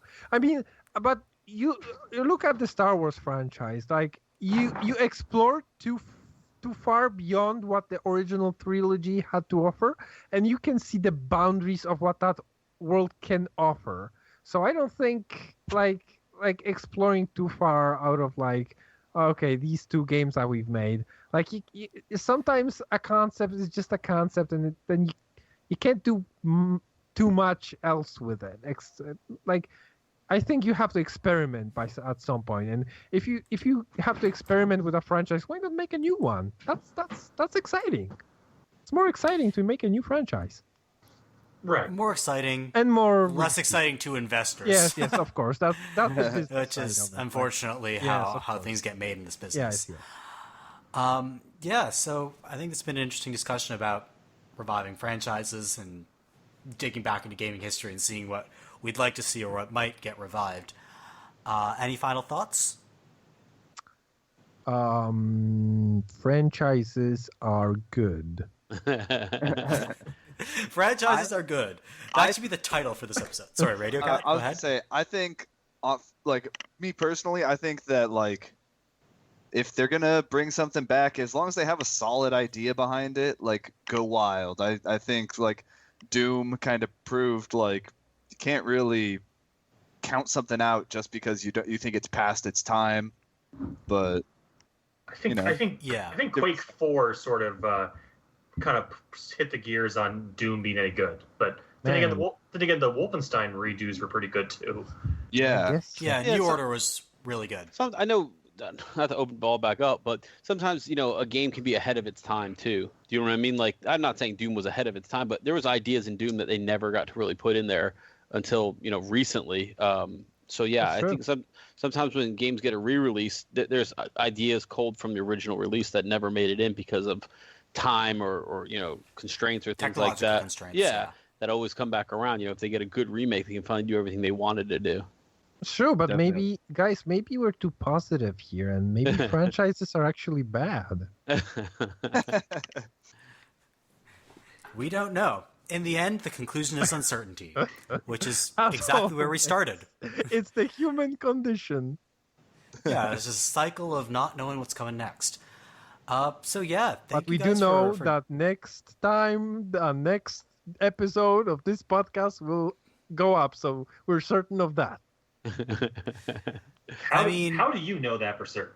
How do you know that the world is not going to end between now and the next podcast? Well, okay, Debbie Downers, if you want to end this podcast like that. And on that note, let's end this podcast. Good idea. Good idea. Let's end this podcast on the world ending. Yes.